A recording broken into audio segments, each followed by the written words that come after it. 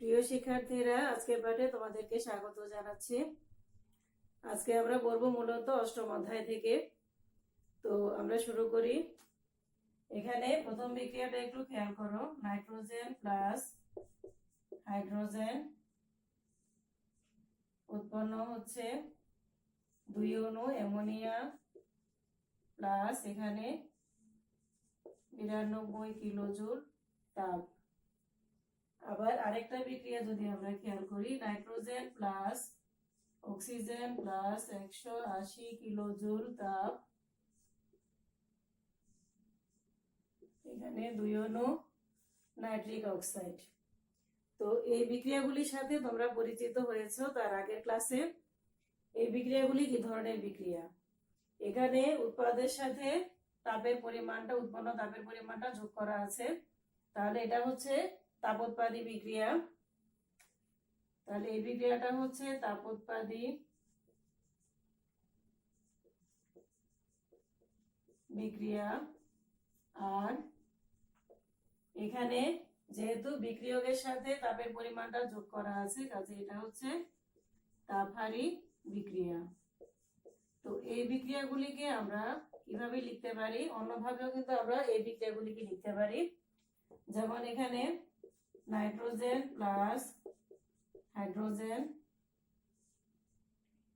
2 অণু অ্যামোনিয়া, এখানে আমরা যদি আলাদাভাবে লিখি ডেল এইচ ইকুয়াল টু লিখতে পারি -92 কিলোজুল।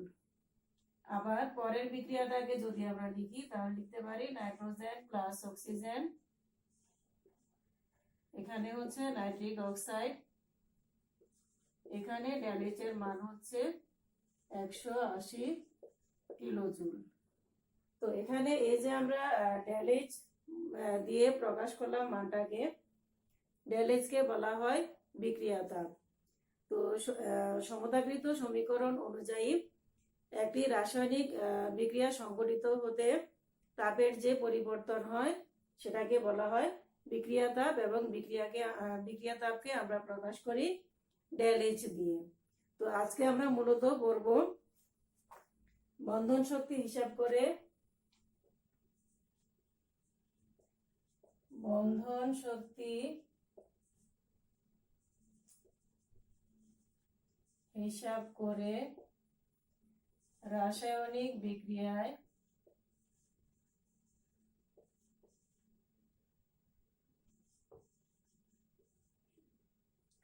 বন্ধন শক্তি হিসাব করে রাসায়নিক বিক্রিয়ায় তাপের পরিবর্তন হিসাব। আর যদি আমরা সংক্ষেপে বলি তাহলে হচ্ছে এটা ডেল এইচ এর মান কিভাবে নির্ণয় করা হয়, মূলত আমরা আজকে এটাই শিখব। তো প্রথমে হচ্ছে আমরা একটা বিক্রিয়া লিখি।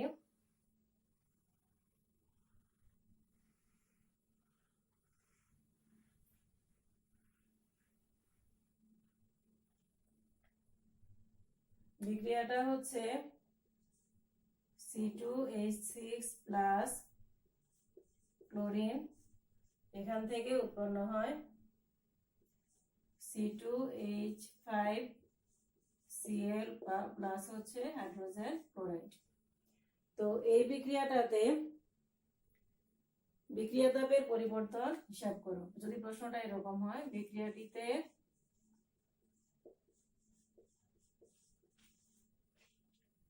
বিক্রিয়া তাপের পরিমাণ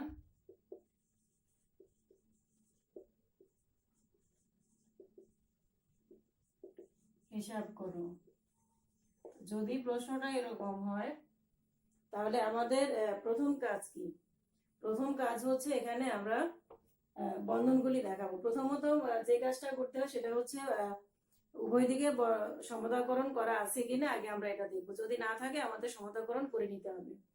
তো এই বিক্রিয়াটাতে কিন্তু সমতাকরণ করা আছে। কার্বন 2টা, হাইড্রোজেন এখানে 6টা, এখানে 5টা, এখানে একটা 6টা, ক্লোরিন 2টা, ক্লোরিন এখানে একটা, এখানে একটা 2টা। তাহলে এখানে কিন্তু সমতাকরণ করা আছে। যদি সমতাকরণ করা না থাকে তাহলে অবশ্যই সমতাকরণ করতে হবে, সমতা করে শুরু করতে হবে।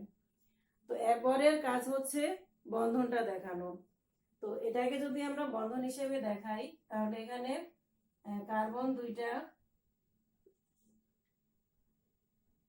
এখানে হাইড্রোজেন 6টা, তাহলে এখানে হাইড্রোজেনগুলি থাকবে এখানে।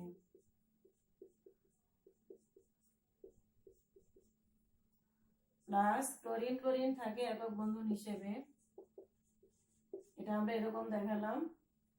তারপরে এখানে হচ্ছে এই পাশে আবার কার্বন 2টা, এখানে হাইড্রোজেন হচ্ছে আবার 5টা, তাহলে 5টা আমরা হাইড্রোজেন দেখালাম। প্লাস হচ্ছে এখানে ক্লোরিন আছে একটা, আমরা একটা ক্লোরিন দেখালাম। প্লাস এখানে হচ্ছে হাইড্রোজেন ক্লোরিন, এরাও একক বন্ধনে আছে। যেহেতু এখানে সমযোজী বন্ধনে আবদ্ধ হয়, মানে মিথেন ইথেন এগুলি আসলে, এটা হচ্ছে ইথেন, তো ইথেন প্লাস ক্লোরিন, এটা হচ্ছে ethane chloride plus hydrogen chloride. তো যেহেতু এরা সমযোজী বন্ধন গঠন করে, এই কারণে এখানে আবার একক বন্ধনে আবদ্ধ থাকে। তো একক বন্ধন হিসেবে আমরা দেখালাম। কার্বনের 4 হাতে আছে, এখানেও 4টা বন্ধনই সম্পূর্ণ আছে এখানে। আবার ক্লোরিন একক বন্ধনে আবদ্ধ হয়, এখানেও কিন্তু একক বন্ধনের আবদ্ধ, এখানেও একক বন্ধনে আবদ্ধ হয়। তাহলে আমরা আগে বন্ধন দেখালাম। তো এখানে কিন্তু সমযোজী বন্ধনে দ্বিবন্ধন হয়, ত্রিবন্ধন হয়, এটা আমরা পরের বিষয়গুলিতে আলোচনা করব। শিক্ষার্থীরা এখানে খেয়াল করো যে যখন আমরা বন্ধন দেখালাম, বন্ধন দেখানোর পরে এখানে কার্বন কার্বন বন্ধন একক বন্ধন ছিল, এখানেও কার্বন কার্বন একক বন্ধন রয়েছে। এখানে কার্বন হাইড্রোজেন বন্ধন হচ্ছে 6টা, 1 2 3 4 5 6। এখানে কার্বন হাইড্রোজেন বন্ধন হচ্ছে 1 2 3 4 5। তার মানে এখানে একটা কার্বন হাইড্রোজেন বন্ধন তৈরিতে অংশগ্রহণ করেছে। এখানে ক্লোরিন ক্লোরিন বন্ধন তৈরিতে অংশগ্রহণ করেছে। আর এখানে হচ্ছে নতুন বন্ধন তৈরি করেছে হচ্ছে কার্বন ক্লোরিন এবং হাইড্রোজেন ক্লোরিন। যেহেতু এখানে 5টা, এখানে 5টা কার্বন হাইড্রোজেন বন্ধন মিল আছে এবং একটা কার্বন কার্বন বন্ধন মিল আছে। তো কাজে আমরা কি বলতে পারি যে এই বিক্রিয়ক সমূহের কার্বন হাইড্রোজেন বন্ধন এবং chlorine chlorine 1 mole carbon hydrogen বন্ধন এবং 1 মোল ক্লোরিন ক্লোরিন বন্ধন ভেঙেছে, এবং উৎপাদক সমূহে কি হয়েছে যে 1 মোল কার্বন ক্লোরিন এবং 1 মোল হাইড্রোজেন ক্লোরিন বন্ধন তৈরি হয়েছে। তাহলে আমরা লেখাটা একটু লিখি যে এই বিক্রিয়ায়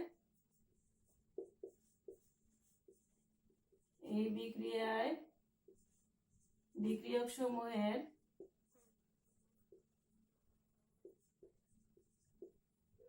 এক মোল কার্বন হাইড্রোজেন বন্ধন এবং 1 মোল ক্লোরিন ক্লোরিন বন্ধন ভেঙেছে এবং উৎপাদক সমূহে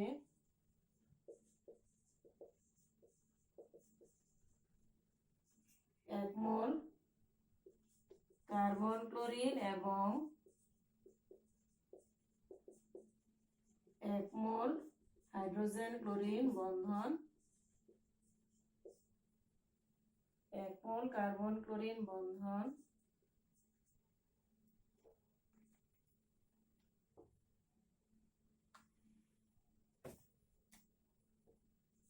মোল কার্বন ক্লোরিন বন্ধন এবং 1 মোল হাইড্রোজেন ক্লোরিন বন্ধন তৈরি হয়েছে। তাহলে এখানে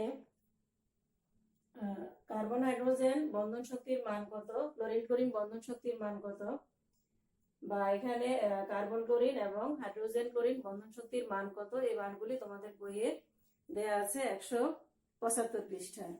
তো সেখান থেকে তোমরা মানগুলি একটু দেখে নিবে। শিক্ষার্থীরা এখানে তোমাদের বইয়ের 175 পৃষ্ঠায় যে মানগুলি দেওয়া আছে, এখানে আমাদের যে মানগুলি দরকার সেগুলি আমরা এই পাশে লিখেছি।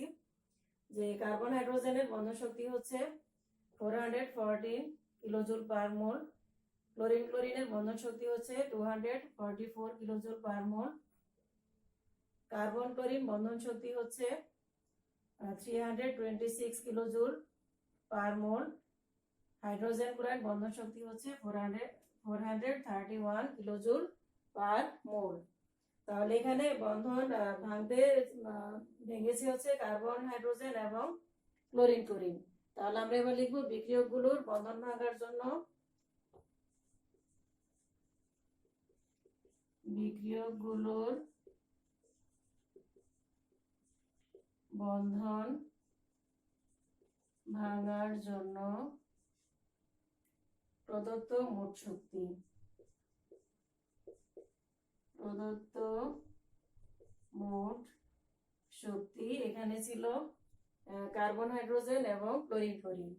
তো কার্বন, হাইড্রোজেন হচ্ছে 414 plus chlorine, chlorine, chlorine, chlorine ছিল 244 কিলোজুল। যেহেতু এখানে আমরা 1 মোল আগেই বলেছি যে এখানে 1 মোল ছিল কার্বন, হাইড্রোজেন এবং 1 মোল ছিল ক্লোরিন, ক্লোরিন।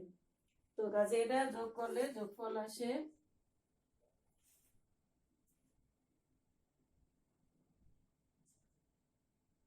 6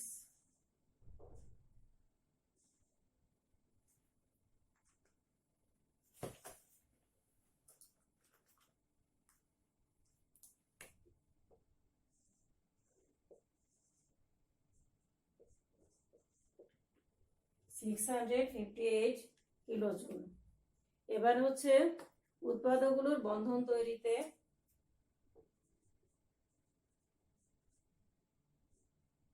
উৎপাদকগুলোর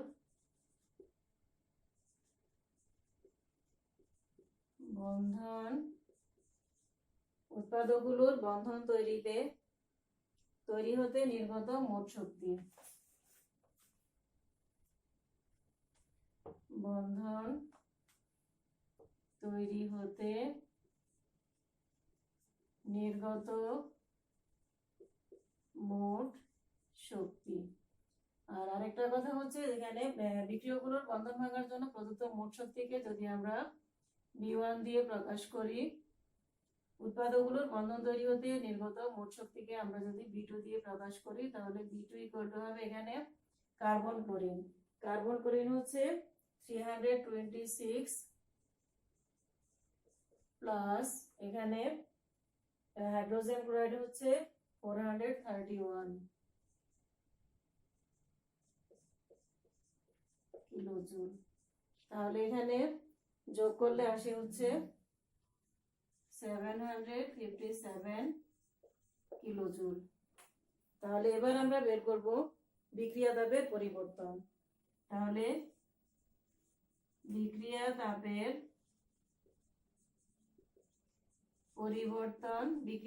পরিবর্তনকে আমরা ডেল এইচ দিয়ে প্রকাশ করি। তাহলে ডেল এইচ ইকুয়াল টু হচ্ছে B1 মাইনাস B2। তাহলে এখানে B1 হচ্ছে 658 মাইনাস B2 হচ্ছে 757 কিলোজুল। তাহলে এখানে যদি আমরা বিয়োগ করি তাহলে হয় মাইনাস 99 কিলোজুল। তাহলে এখানে আমরা এই বিক্রিয়ায় দেখলাম আমরা যে ডেল এইচ এর মান হয় মাইনাস 99 কিলোজুল। তো আমরা আগে কি বলেছিলাম যে তাপোৎপাদী বিক্রিয়ায় কি হয়, ডেল এইচ এর মান ঋণাত্মক হয়। তো যেহেতু এখানে ডেল এইচ এর মান আমরা ঋণাত্মক পেয়েছি, কাজে এটা হচ্ছে একটা তাপোৎপাদী বিক্রিয়া। শিক্ষার্থীরা এবার আরেকটা সমস্যা দেখো। নাইট্রোজেন প্লাস অক্সিজেন 2 অণু নাইট্রিক অক্সাইড বিক্রিয়ায় নাইট্রোজেন নাইট্রোজেন বন্ধন শক্তি 946 কিলোজুল পার মোল এবং অক্সিজেন অক্সিজেন বন্ধন শক্তি 498 কিলোজুল পার মোল হলে নাইট্রোজেন অক্সিজেনের বন্ধন শক্তি কত? এখানে ডেল এইচ এর মান দেওয়া আছে প্লাস 180 কিলোজুল। তো এখানে আগে আমরা বিক্রিয়াটার বন্ধনগুলি দেখাই আগে। প্লাস এখানে অক্সিজেন, এখানে আমরা দেখালাম 2 নাইট্রিক অক্সাইড। আর এখানে আরেকটা বিষয় হচ্ছে এখানে পরমাণু সংখ্যা সমান আছে, এই কারণে আমরা সমান করলাম না এখানে। তো এবারে হচ্ছে আমাদের বিক্রিয়কগুলোর বন্ধন ভাঙার জন্য প্রদত্ত মোট শক্তি কত, এটা আগে আমরা বের করি। বিক্রিয়কগুলোর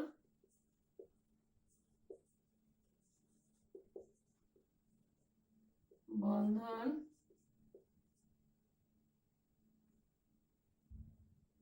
ভাঙার জন্য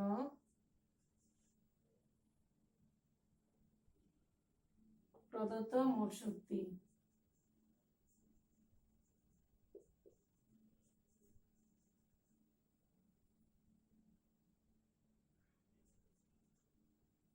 প্রদত্ত মোট শক্তিকে আমরা B1 দিয়ে প্রকাশ করি। B1 ইকুয়াল টু হচ্ছে এখানে 946 প্লাস অক্সিজেন হচ্ছে 498 কিলোজুল।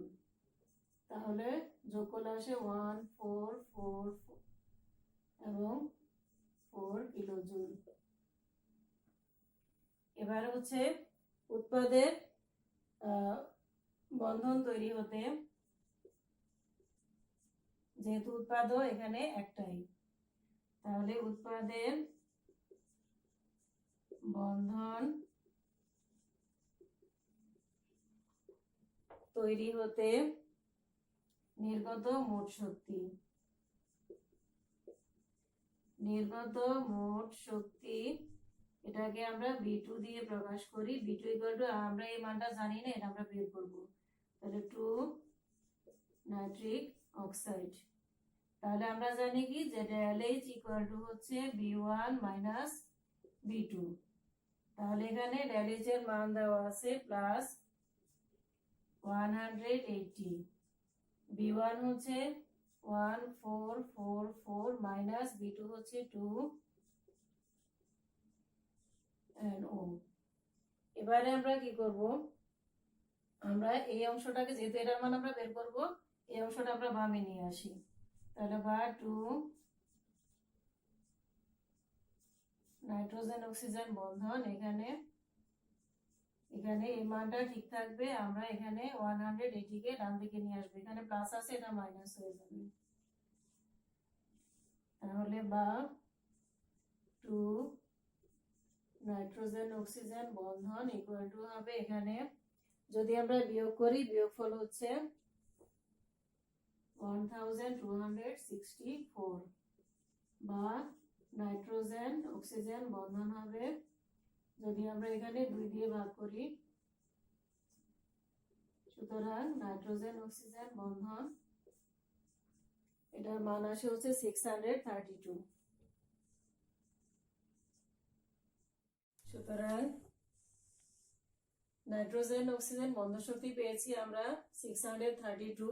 সুতরাং আমরা লিখব যে নাইট্রোজেন অক্সিজেন এর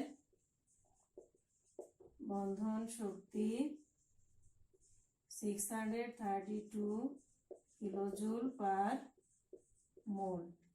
আর এখানে আরেকটা বিষয় হচ্ছে যে এখানে নাইট্রোজেন দ্বিবন্ধন, এখানে অক্সিজেন দ্বিবন্ধন হয়, এখানে নাইট্রোজেন অক্সিজেন দ্বিবন্ধন হয়, যেটা আমরা আগে বলেছিলাম যে কখনো সমযোজী বন্ধনে একক বন্ধনও হয়, দ্বিবন্ধন ত্রিবন্ধনও হতে পারে। তো এই হলো, এখানে আমরা যদি কোনো একটা বন্ধন শক্তির মান না দেওয়া থাকে, সেক্ষেত্রে আমরা এভাবে মানটা বের করতে পারি। আর যদি আমাদের সবগুলি মানে দেওয়া থাকে, তাহলে সেখান থেকে আমরা বিক্রিয়াটা তাপোৎপাদী না তাপহারী এটা বের করতে পারি। মানে ΔH এর মান যদি ঋণাত্মক হয়, তাহলে আমরা বলবো যে এই বিক্রিয়ায় এত কিলোজুল তাপ উৎপন্ন হয়েছে। যেমন আমাদের আগের বিক্রিয়াটাতে হচ্ছে ΔH এর মান ছিল -99 কিলোজুল। তো তার মানে এই বিক্রিয়ায় আমাদের 99 কিলোজুল তাপ উৎপন্ন হয়েছে। আর যদি এখানে ΔH এর মান ধনাত্মক হয়, সেক্ষেত্রে যেমন এখানে এই বিক্রিয়া ΔH এর মান ছিল প্লাস 180 কিলোজুল, তাহলে আমরা বলবো যে এই বিক্রিয়া এত কিলোজুল তাপ শোষিত হয়েছে। তো এটাই হচ্ছে মূলত বন্ধন শক্তি হিসাব করে রাসায়নিক বিক্রিয়া তাপের পরিবর্তন হিসাব, মানে বিক্রিয়া তাপের হিসাব করা, এভাবে আমরা করতে পারি। বা এখানে এখন যে সমস্যাটার আমরা সমাধান করলাম, এটা ছিল মূলত যে কোনো একটা বন্ধন শক্তির মান যদি না দেওয়া থাকে, আমরা কিভাবে সেটা বের করতে পারি। এবারে বাড়ির কাজটা লিখে নাও শিক্ষার্থীরা, এবার বাড়ির কাজটা লিখে নাও। বাড়ির কাজ হচ্ছে হাইড্রোজেন প্লাস অক্সিজেন পানি বিক্রিয়ায় ΔH এর মান কত। এখানের যে মানগুলি, এগুলি তোমাদের বইয়ে আছে, তোমরা বই থেকে মানগুলি নিয়ে এখানে ΔH এর মান বের করবে। আর এখানে 2 নম্বর হচ্ছে methane plus oxygen carbon die oxide plus পানি বিক্রিয়ায় কার্বন হাইড্রোজেন, অক্সিজেন অক্সিজেন এবং OH এর বন্ধন শক্তি যথাক্রমে 414 কিলোজুল পার মোল, 498 কিলোজুল পার মোল এবং 464 কিলোজুল পার মোল হলে কার্বন অক্সিজেনের বন্ধন শক্তি কত? এখানে ড্যালিজের মান দেওয়া আছে -890 কিলোজুল। তো এই দুইটা সমস্যার সমাধান তোমরা করবে। তো ভালো থাকবে সবাই, আল্লাহ হাফেজ।